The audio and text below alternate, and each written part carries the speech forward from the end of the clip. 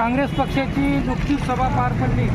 त्यातील असे बरेचसे उमेदवार होते आपल्या उमरखेडमधून। त्याच्यात एक नंबरवर दीपक लक्ष्मण कांबळे यांची मुलाखत घेण्यात आली। एकच नंबरवर आपण त्यांची प्रतिक्रिया जाणून घेऊ। सर्वप्रथम सर्वांना नमस्कार। जय जिजाऊ, जय शिवराय, जय भीम, जय संविधान। आज उमरखेड महागाव विधानसभेची उमरखेडच्या काँग्रेस पक्षाच्या वतीने हातगाव येथील उखळाबाई मंगल कार्यालयामध्ये निरीक्षक राम गोपाल रेड्डी तसेच तातूभाऊ देशमुख, आदरणीय प्रज्ञाताई सातव यांच्या समक्ष मी दीपक लक्ष्मण कांबळे, सेवानिवृत्त सहाय्यक पोलीस उपनिरीक्षक उमरखेड तथाच माझे कार्यकर्ता उमरखेड यांनी इच्छुक उमेदवार म्हणून आज माझी पक्षाच्या वतीने मुलाखत घेण्यात आली।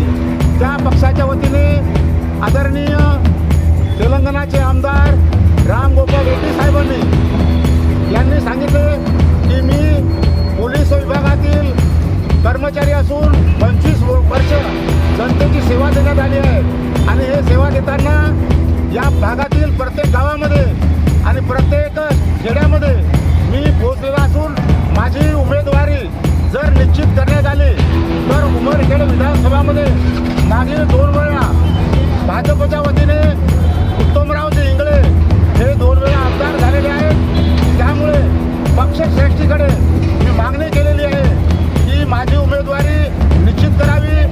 पक्षाचे उमेदवार दीपक कांबळे याला जर उमेदवारी मिळाली तर निश्चितच या पक्षाच्या काँग्रेस पक्षाची उमेदवारी निवडून येण्याची गॅरंटी मी स्वतः घेतलेली आहे। तसेच गावागावामध्ये लोकांनी सुद्धा मला भरघोस लोकांनी मतदान करण्याची इच्छा व्यक्त केली। मी उभे राहावे, पक्षाची तिकीट मिळावी त्यासाठी काँग्रेस पक्षाकडे, महाविकास आघाडीकडे मी अतिशय प्रयत्न केले आहे आणि या पक्षाच्या महाविकास आघाडीतर्फे काँग्रेस पक्षाने जर मला उमेदवारी दिल्यास निश्चितच या उमरखेड विधानसभा क्षेत्राचा विकास चेहरा मोहरा बदलून टाकल्याशिवाय मी राहणार नाही।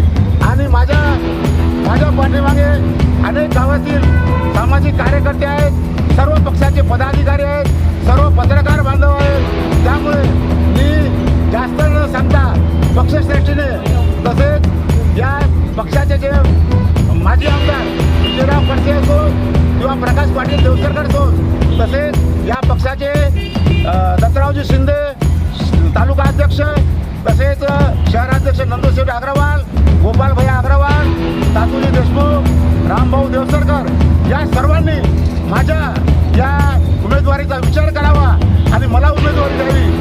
मी नक्कीच या पक्षाची उमेदवारी मिळाल्यास विजयी झाल्याशिवाय राहणार नाही असे पक्षश्रेष्ठीकडे मागणी केली आहे। तरी सर्वांनी